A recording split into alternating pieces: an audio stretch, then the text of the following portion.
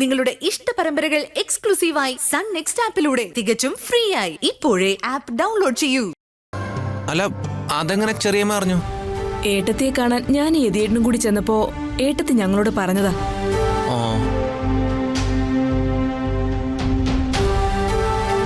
അപ്പോഴല്ലേ കാര്യങ്ങളെല്ലാം ഞങ്ങൾ അറിഞ്ഞത്. അല്ല, എന്ത് കാര്യങ്ങള്? അല്ല, ഇവൻ ബാംഗ്ലൂരിലേക്ക് തിരിച്ചു പോകാനുള്ള കാരണം അവിടെ എന്തോ വലിയ തിരക്കായിരുന്നു.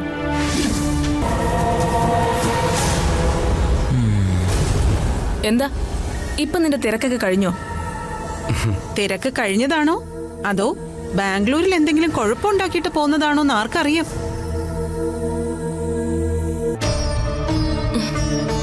അതെന്താ നിഖിൽ ഇവിടെ വരാതെ പോയത്? ജയിലില് വല്യമ്മ കാണാൻ വന്നിട്ട് സ്വന്തം അച്ഛനും അമ്മയും കാണണമെന്ന് തോന്നിയില്ലേ? അവന് വലിയ തിരക്കല്ലേ. ഇപ്പൊ തിരക്കൊന്നും ഇല്ലായിരിക്കും. അച്ഛനിപ്പ വരും. ചെല്ല്, പോയി കുളിച്ച് ഫ്രഷ് ആയിട്ട് വാ. എന്നിട്ട് വയറ് നിറച്ച് തരാം. എന്ത് തരാന്ന രജനി പറയുന്നത്? അല്ല, വയറ് നിറച്ചവന് ആഹാരം കൊടുക്കാന്ന് പറയുമായിരുന്നു. മോൻ ഇവര് പറയുന്നൊന്നും കേക്കണ്ട. മോൻ പോയി ഫ്രഷ് ആയിട്ട് വാ. അപ്പച്ചി കഴിക്കാൻ ഉണ്ടാക്കി വെക്കാം. എന്നാ ഞാൻ പോയി കുളിച്ചിട്ട് വരാം. വല്ലാത്ത ക്ഷീണം, യാത്രയുടെ ആണെന്ന് തോന്നുന്നു.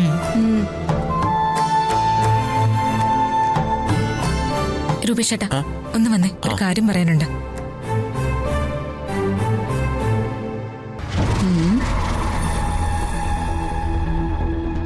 വയറ് നിറച്ച് കൊടുക്കാം. യതിയേട്ടൻ ഇങ്ങോട്ടൊന്ന് വന്നോട്ടെ.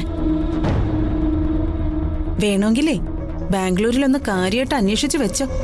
ഇവൻ അവിടെ എന്തോ ചുറ്റിക്കളിയുണ്ട്. ഒരുത്തിയും കല്യാണം തീരുമാനിച്ചു വെച്ചിട്ട് വേറൊരുത്തിയും കൈപിടിച്ച് വരാതിരുന്നാ മതിയായിരുന്നു. അനാവശ്യം പറയരുത്. എന്റെ മോൻ അങ്ങനെയൊന്നും ചെയ്യില്ല. ഓ, കണ്ടറിയാ എന്താ സംഭവിക്കാൻ പോകുന്നേന്ന്.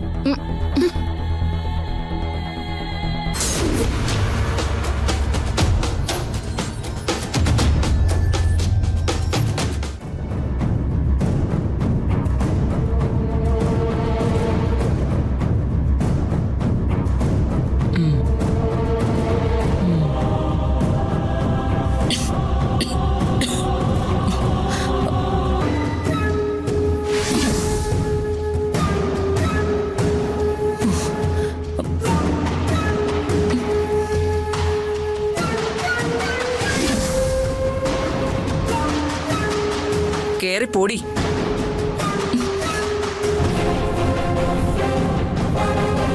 പോയിക്കോ.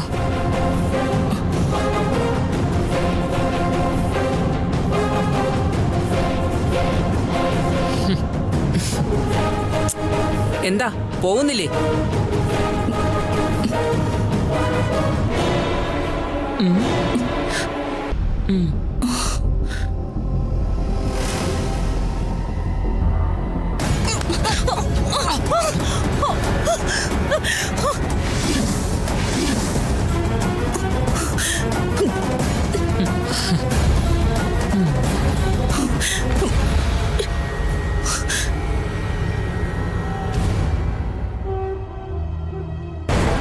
എന്താ പോകുന്നില്ലേ?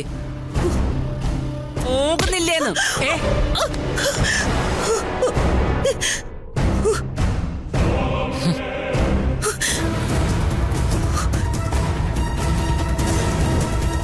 അവരിത് കരുതി കൂട്ടി ചെയ്യുന്നതാ മോളെ. ജയിലിനകത്തൊരു സംസാരം നടക്കുന്നുണ്ട്. നിങ്ങളെ ഇല്ലാതാക്കാൻ അവർക്ക് കൊട്ടേഷൻ കൊടുത്തിട്ടുണ്ട്. എത്രയും വേഗം എന്തെങ്കിലും ചെയ്തു വിടുന്ന് ജാമ്യം എടുത്ത് പോവാൻ നോക്ക്. ഇല്ലെങ്കിൽ നിങ്ങളുടെ ജീവൻ ആപത്താ. ഇങ്ങനെയൊക്കെയാണെങ്കിൽ നമ്മൾ എന്ത് ചെയ്യാൻ? കുറെ നാളായിരുന്നു പരിപാടി.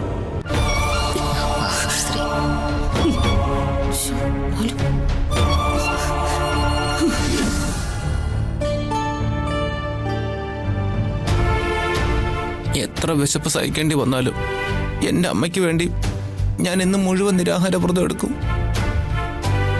എങ്ങനെയെങ്കിലും ഇത് ദർശനം അറിയാതെ നോക്കണം. ദർശനം അറിഞ്ഞ ഒരിക്കലും ഇതിന് സമ്മതിക്കില്ല.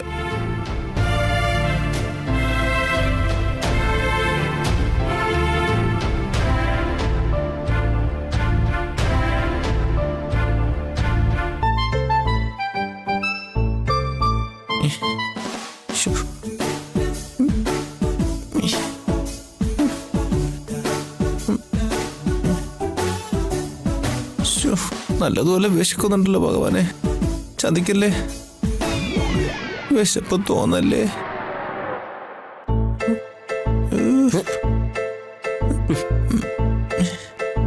ബോസേ, ബോസേ,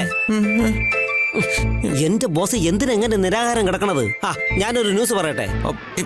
വേണ്ട. എന്റെ പൊന്നു ബോസേ, ആവശ്യമില്ലാത്ത കാര്യം ഒന്നും ചെയ്യല്ലേ, അതൊന്നും നടക്കില്ല. ഞാൻ എന്തായാലും ന്യൂസ് പറയാം. വേണ്ടെന്ന് പറഞ്ഞില്ലേ? ഈ ബോസിന്റെ ഒരു കാര്യം. ദേ ചോട്ടു വന്നല്ല. ചോട്ടുവിനോടൊന്നും പറഞ്ഞേക്കില്ല. ഇല്ല, ഞാൻ പറയില്ല. ചോട്ടു അറിഞ്ഞാ ഉറപ്പായിട്ടും ദർശനം അറിയും. ഇല്ല, ഞാൻ ഉറപ്പായിട്ട് പറയില്ല, സത്യം.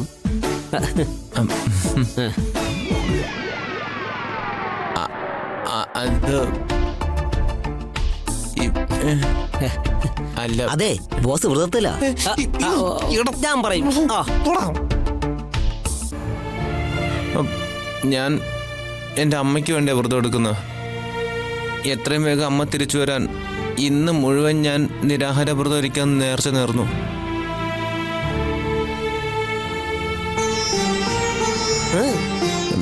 എന്തൊക്കെ പറഞ്ഞാലും എൻ്റെ മനസ്സിന് ഒരു സമാധാനവും ഇല്ല ചോട്ടു. ഞാൻ ഇന്ന് വ്രതം എടുക്കാൻ തീരുമാനിച്ചു.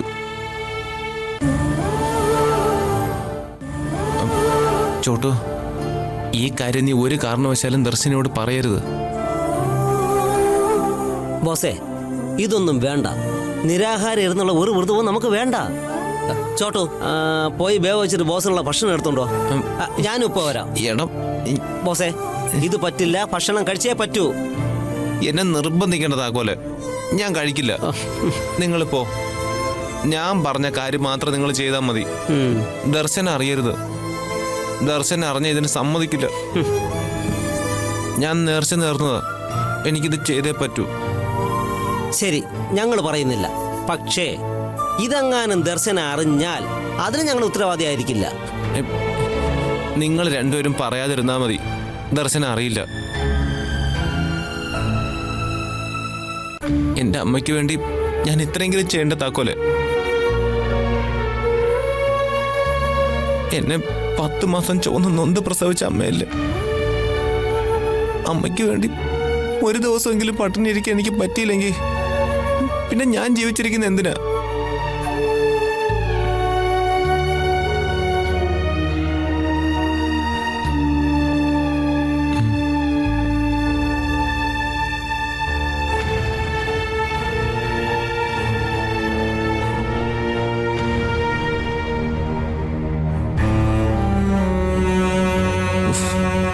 എന്റെ ദൈവമേ, എനിക്ക് ശക്തി തരണേ.